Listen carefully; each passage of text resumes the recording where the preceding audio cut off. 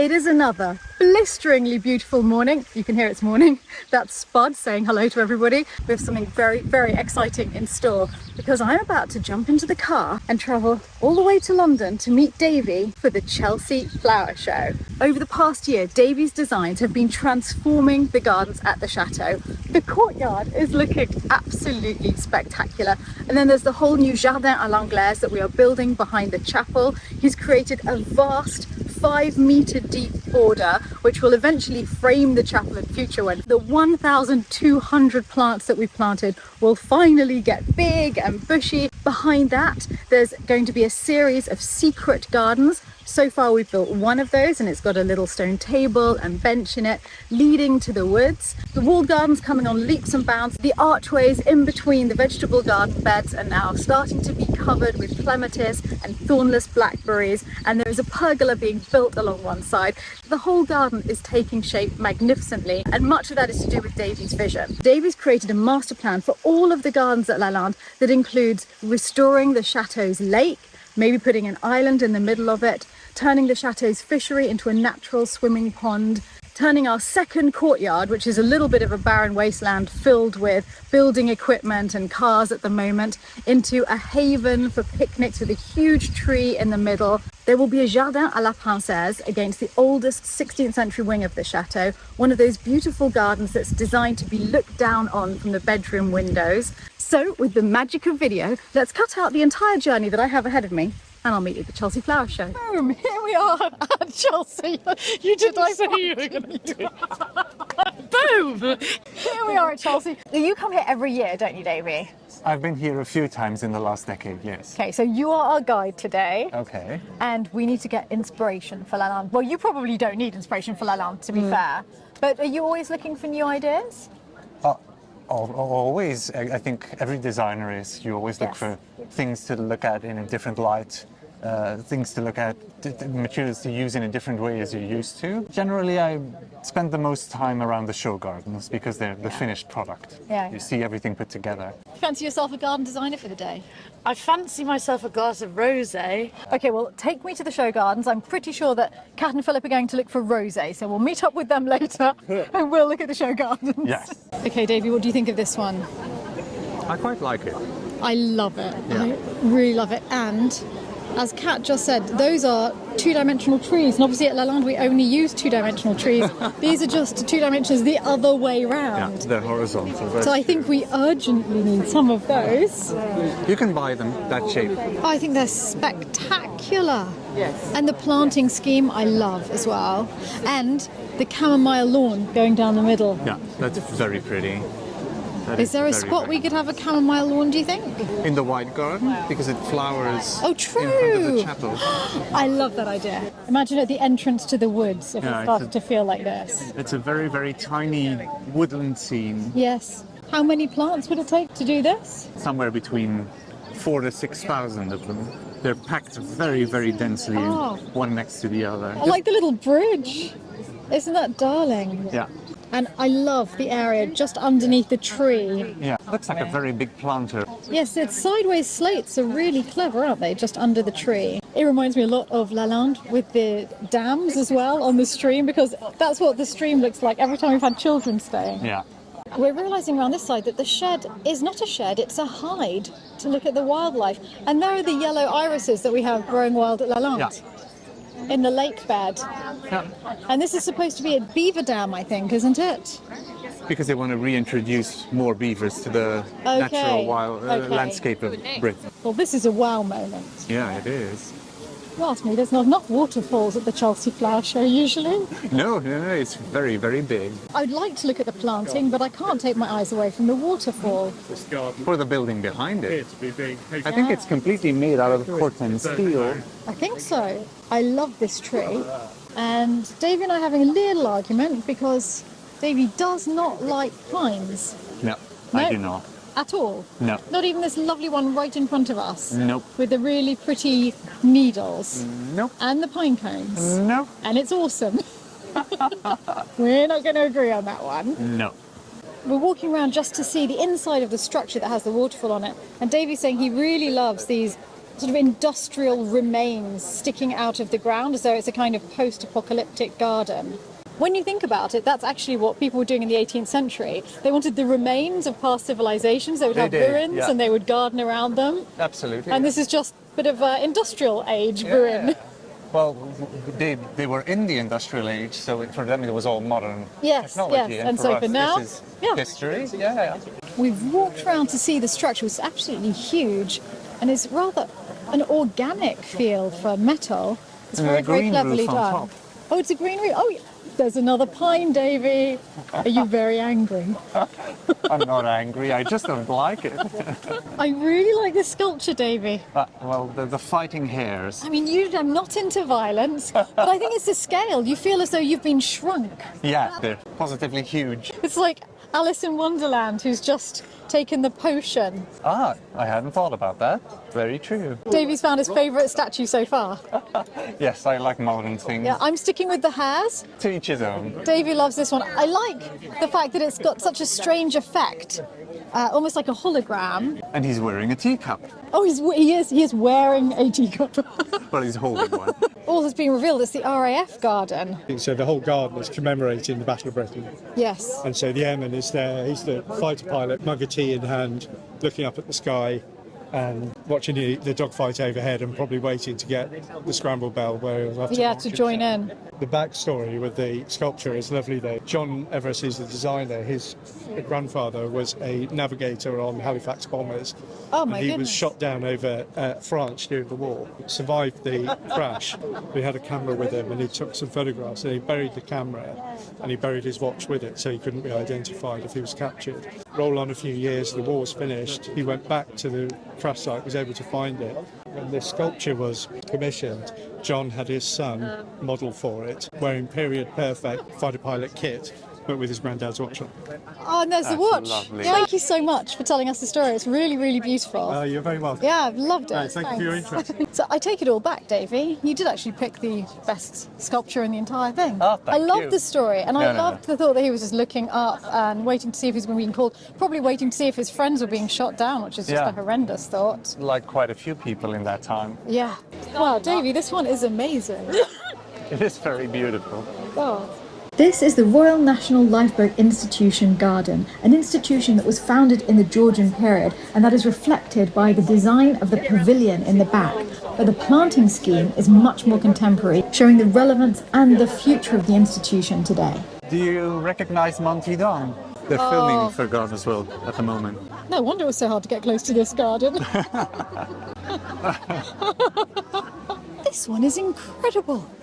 It's the William Morris Garden, and the actual layout of the planting, the grid, is based on his pattern trellis that he made in 1862, whilst the extraordinary metal structure is based on his pattern willow boughs from 1887.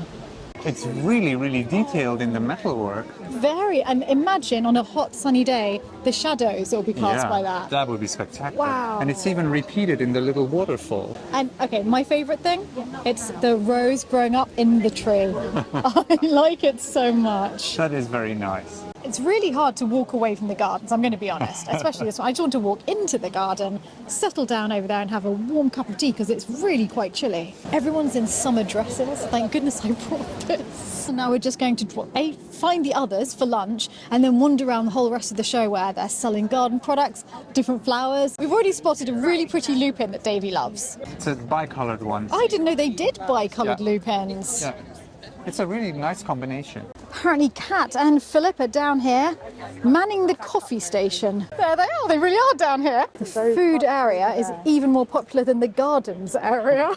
The official rosé. Did you see that over there? Yeah, no, we've tried the official rosé. Well, We went to the rosé tent. Oh my goodness, can I have some official rosé? Official rosé. Oh, I would not want unofficial rosé at a time like this. I've been sent to get the rosé for everyone and I've noticed it's from Babylon Storen in South Africa. I cannot believe I've been to this place in South Africa. It's in Stellenbosch. incredible. We were wandering round and round looking for a seat and a table to eat. Kat was carrying all the hamburgers. I had the wine. We couldn't find anything. And then we were rescued by Andy. And you watched the vlogs. I watched the vlogs and they got us through lockdown. My other half and I live in really rural Suffolk. Yeah. And we have been addicted since the start. We absolutely love it. They got us through lockdown. Saved us through lockdown. Well, you've just saved us now. Amazing. Now you can have lunch. Thank you so much. And we've got a lovely table with jasmine. And it smells incredible. Please join us and have some rosé. Yeah. I've got a halloumi burger, which I'm really excited about. That looks so good. We are so excited right now because Andy has arranged for us to go into 3 of the gardens. And one of them is one of my favourite ones, the one with the 2D trees. We're about to go in. This is David Lewis, and you're going to be taking us into the garden. The Perennial with Love garden. Perennial with Love. Let's go in.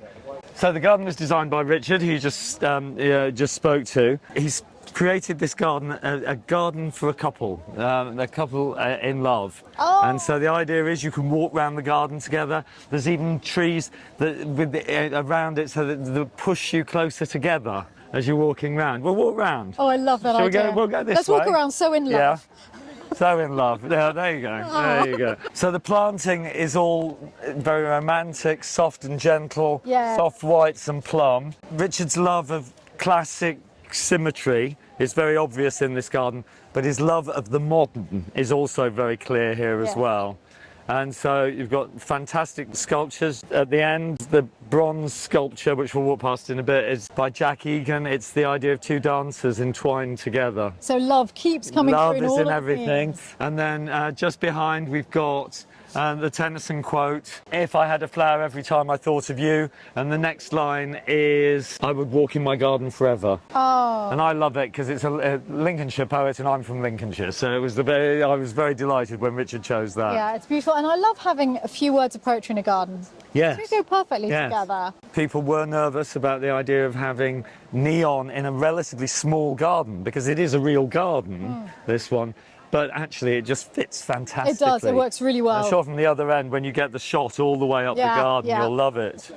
And what I couldn't see very clearly from outside the garden was the beauty of this little canal going all the way down. So, technically called a rill. A rill. A rill. If it's wider, it's a canal. If it's Okay. narrow, it's a Oh, rill. I didn't know that. Yeah, yeah. The movement in the water of the rill as well means that you get the Yes. reflection of the neon all the way down the garden all the time. So, I love the chamomile. and so when it's just the 2 people in the Yes. garden, obviously you can walk on that. So the idea is you can walk, there's 2 routes around the garden and then Yes. up these steps and round. And then you have the scent of the The chamomile. scent, and that nice relaxing scent as you Yes. walk up. And then you join together. You join together, yes. I've been totally inspired by these trees, which I'm absolutely going to copy at home. Right, now, That's- I've already copied it. I think they're going to take about 10 years. Yes. But I've been very carefully looking at how in the nursery they've done it. And Yes. so I've put a walkway out from my studio window going out into a field. Oh, no, that's and so literally it does look like sticks at the moment, but it Yes. will be fantastic. Yeah.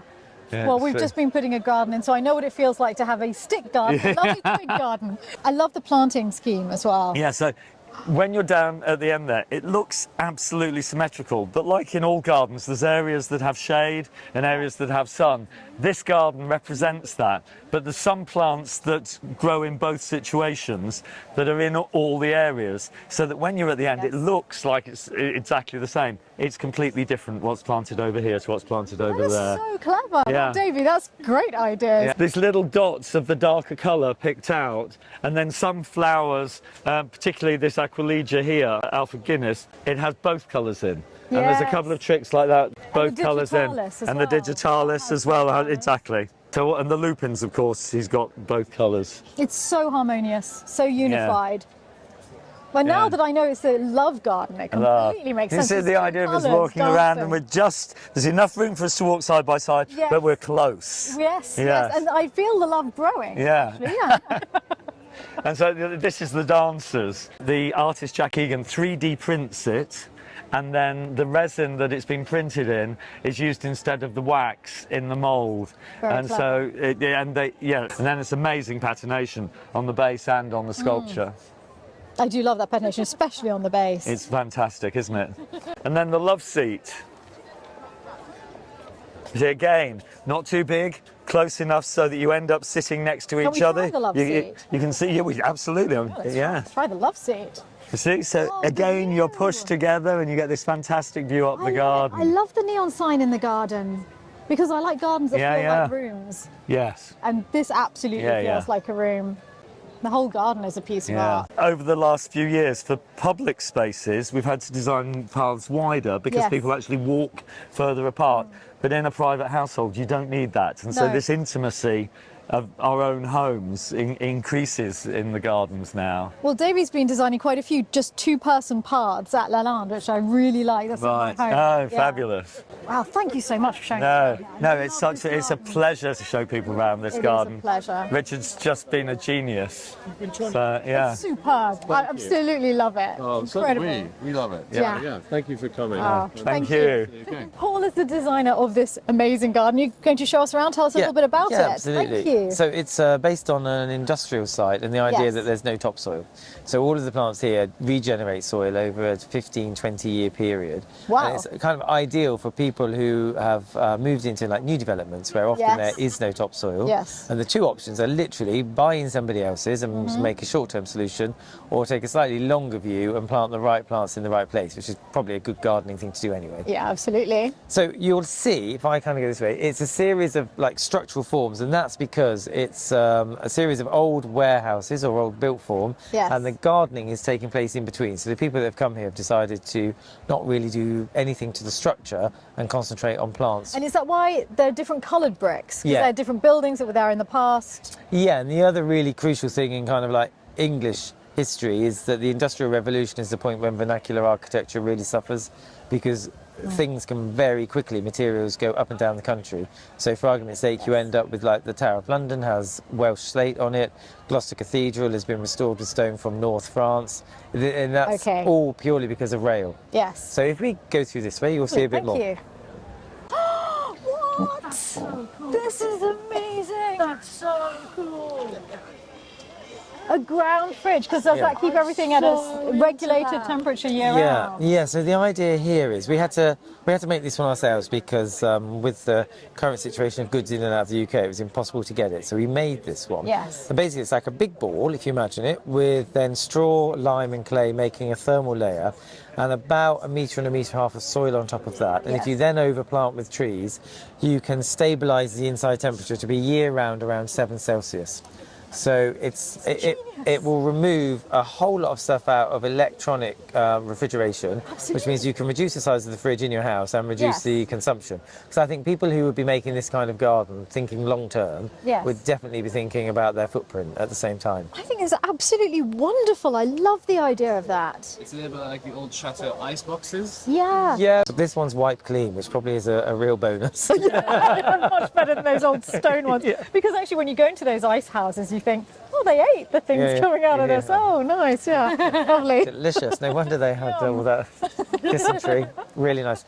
If you look here, you'll see there are a series of kind of really like native weeds, as people might think of them. So there's like nettle, there's thistle, and there's comfrey, and those are all plants which produce a huge amount of foliage which dies every year, and it's nitrogen rich. So that means every year it's enriching a bit more into the soil, and at the same time extracting bad stuff out of the soil to make itself grow. So they're really good for this kind of situation where you want to improve soil structure. Well, that's fantastic. So you mean I shouldn't get angry at my nettles anymore? No, They're I'd helping. really keep some. Two things why. One, for the soil in the garden. The second thing, well, three actually. Second, butterflies, absolutely love them. Moths pollinate them at night. Most moths really suffer a pollination problem because we're taking all the things they like out of the garden. And thirdly, when the nettle is really young, it's really good to make soup and tea. We did that this year. Oh, brilliant. I didn't try the tea, but we made a delicious soup. Uh-huh. Yes, for the first time I was like, I've heard about this nettle soup, so let's try. And do you know why you're doing it in spring? Because after spring, the people say don't do it, which you can do. But historically, like historical dietary issue, it is really, really high in iron. And over winter, the body with a traditional diet, like before refrigeration supermarkets, would have had an iron deficiency. So you'd have just topped yourself up with That's the nettle fascinating. soup. So that's how it really happens. fascinating. Wow. There's a bit of a step here.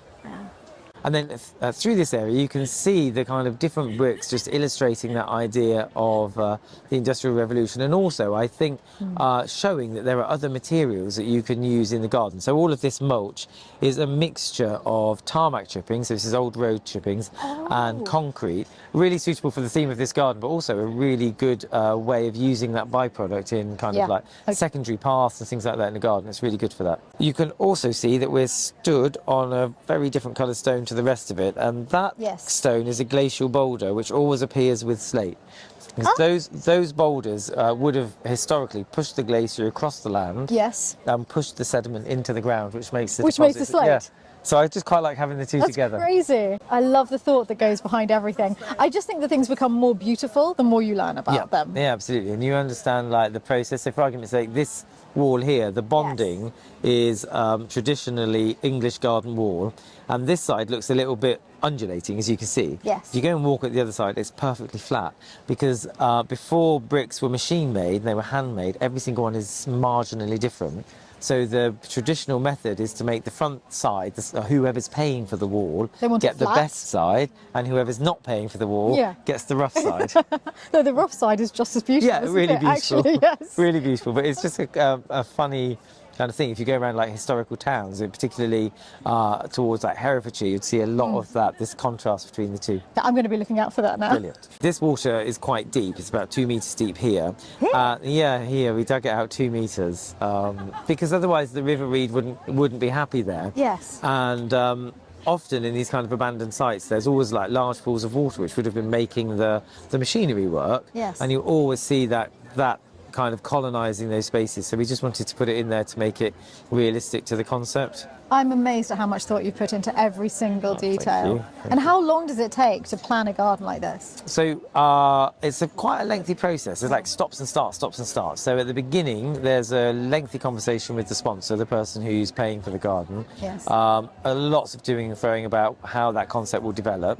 Then there's a roughly 3-week process of drawing the gardens, the sections, the construction detailing, sending that to the RHS for submission to a selection panel. Then you get accepted. So that all happens, for argument's sake, for next year. That process would all have happened by November this year. Okay. Then there's a little lull while you go into Christmas and kind of forget about it. You get a tiny bit off. And then in January, like, oh my gosh, my garden. And then when we get on site, you roughly have 3 weeks to build the garden. Yes. And after the show, there are 3 weeks to clear the site back to the hospital grounds, basically. Actually, it's pretty quick. If you consider that you're really properly starting on it in January, that's almost no time. Yeah, literally. It's a stressful, agonising and very addictive way of going about things. But the reward is incredible. Yeah, it's great because you get to, well, for me, I get to talk to people about gardens that I love, so that's fine. That's the good bit. Thank you so much for showing us around. I've absolutely loved every second of it. Yeah, it's fascinating. You're making me look at nettles in a whole new way as well. You see, you need to keep hold of nettles and verbascums. The lady said to me earlier, I have these and I weed them out because they're covered in caterpillars. And I said, yes, because this verbascum is the only host plant for that caterpillar. So every time you do it, you're killing butterflies. So she's like, I'm never picking them out again. It's amazing how, yes, the minute we know something, our behaviour changes completely. Yeah. Thank you so much, really. Thank you. Yeah, it was absolutely glorious. Well, Davy, we've finally been invited into the garden that we were so fascinated by outside. Yes, and it couldn't have come at a better time because it is now raining and we've got the shelter of the waterfall, which is ironic. It's beautiful. Sheltered by a waterfall. It's beautiful. But we've learned so much more about the garden now. This garden was designed by Sarah Eberly, who is the only designer ever to have won a gold in every different garden category at Chelsea. That's impressive. Pretty incredible. It's pretty impressive. The concept of this garden is that they're using an existing structure and trying to reinvent it. In this case, they've chosen to take an existing metal structure and it's been clad in a new material called medite. So we thought it was metal. Yeah. From outside, we thought that there was a metal structure. Yeah, but it's actually a type of plywood which you can use outside, apparently, without problem. And it's been stained and colored by artists here to make it look like metal. It's incredible. But it looks really good. It has 0 carbon footprint. It's called smart ply, type of smart ply, which is like a kind of sheet ply, but far cleverer. Yeah. Stay outside. I can't get my head around it. And because it's a wood product, I guess it's much easier to use. Because shaping metal in these shapes would be quite difficult because you need to cut it with a burner. And this one you can just use a saw on. So it's a lot. And I love the concept behind the garden, which is that there can be these leftover moments from the industrial age. Yeah. And here we have the big steel beams, but that you can move those forward into the future rather than just living with things of the past with a whole new material that turns it into a beautiful cave-like, almost cathedral-like sculpture Yeah. and structure that can give shelter, but will be absolutely future-proof. And that is a beautiful idea. Yeah, it is. And Sarah also took forward the idea of planting from the industrial age. So while she mainly uses native natural plants to England and Britain, she's also mixing exotic plants because in the industrial era, people were bringing plants back from all over the world. That was absolutely the fashion at the time. So there's plants here from China, from South Africa, but each plant is in the habitat that it likes best. So the shade-loving plants are in the shade, the sun-loving plants are on the side that faces the sun. It's a very clever garden. It is, yeah. It's very well thought out. And I love the sound of the water whilst we're away from the rain here. Well, it's actually quite loud. I know, but I like that. I like the rain on the roof. Davy doesn't like the rain on the roof of a house or a car. No, I just And think I love there's a that. leak somewhere. You're so practical. Let's have a little look at the rest of the garden. I think it stopped raining now. Look at that. Had you seen around this side, Davy? No, we didn't look at Oh my this. goodness. This is wonderful. So this is the north facade, which is completely shaded, obviously. Yes. And these are all shade-loving plants that can grow in tiny little nooks and crannies without much soil. Well, they've probably just been rammed in there, to be honest. There's really narrow gaps in between Tiny them, gaps. so they were probably pushed in there. Whilst we're looking at the beauty of this wall that looks, frankly, as though it's always been like this, I'd like to do a shout out to the planting team. And it was mainly two women, Anna Murphy and Sarah Jarman, who were going up and down here for 3 days, 3 entire days, two women, to plant this wall. And the incredible thing is that they had kangaroo pouches and they could only fit 5 plants in at a time. So they had to go up the ladders, plant 5 plants, come all the way back down again and go up again. 3 days from 7 in the morning till 7 in the evening to make this masterpiece. Yeah, I wonder if they'd like to come to Lalande. They might be able to fix the wall. Wow! Davy, I want a waterfall. We've got a lot of level differences at Lalande, so it should be possible. Serious? You think it's doable? This is smaller than the biggest level difference that you have in the garden, so I love this garden so much. Yeah. And it's really nice to be able to walk on the flooring that we were talking about when we were Yeah. outside. Because Davy and I were looking at this flooring. We've been looking at all the flooring of the gardens and seeing which ones we like. And I really like this very, very simple pressed earth, which we think would work very well in the pergola of the walled garden underneath. Because it's so simple and it feels quite natural, especially in a walled garden. So this is the planting that was inspired by the Industrial Revolution, the idea of mixing foreign species in with native species. yeah. So the Tetrapanax, And that's from Chinese China. one, yeah. Fantastic. And I this- love the leaf. Yeah, it's very, very large. Yes. Yeah. And for example, this is a native primula, so perfectly natural for it to be here. I like these very much. And a very finely leaved mahogany. Is that mahogany? Yeah. Thank you so much, Andy. You've completely transformed Chelsea for us. Honestly, It's been an absolute pleasure. I know, taking us onto the gardens themselves and giving us a table when we needed it most.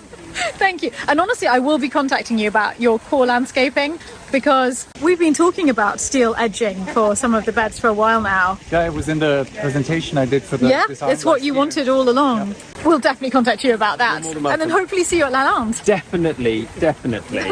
We've had the best day. Yes, we did. Thank you so much, Davy, No. for suggesting this. Thank you. I've surprised myself with how much I've enjoyed it. I know. Even though I was 7th to be invited. Thank you for inviting me. I've had a really nice day. Well, I hope you enjoyed it as much as we did. We had the most fantastic time. And in fact, we have bought a little something, a big something for Lalande. So watch out over the next few months and you'll see something very, very exciting that will be a permanent reminder of our 2022 Chelsea Flower Show visit. And to all of my patrons, you don't need to wait until it arrives. If you want to find out what we got at Chelsea, then you can go to this week's patron video where all will be revealed. Yes. Thank you so much for watching. See you back at Lalande next week. Bye-bye. Bye everyone.